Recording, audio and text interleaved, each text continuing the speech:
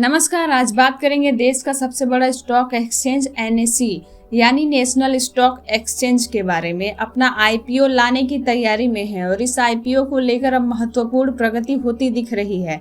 बाजार सूत्रों के मुताबिक एनएसई के इस प्रस्तावित आईपीओ का वैल्यूएशन 5 लाख करोड़ रुपए से लेकर 5.25 लाख करोड़ रुपए के बीच हो सकता है।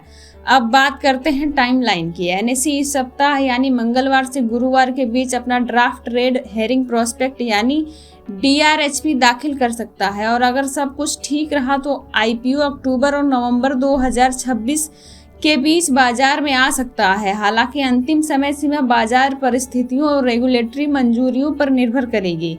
इस आईपीओ में घरेलू और विदेशी दोनों निवेशकों की बड़ी रुचि देखने को मिल सकती है।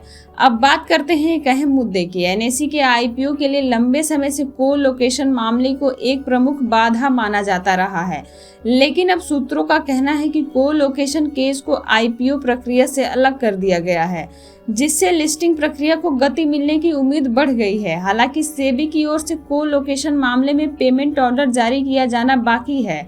इसके बावजूद आईपीओ प्रक्रिया को आगे बढ़ाने की दिशा में काम जारी है।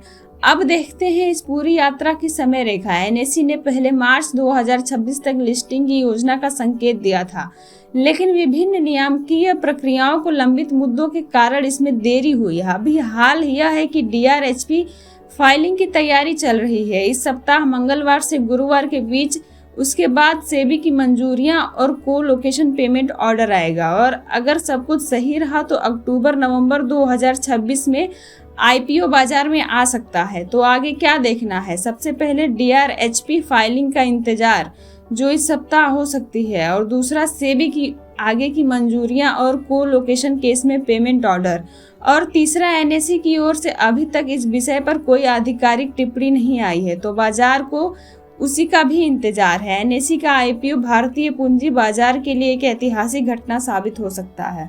धन्यवाद।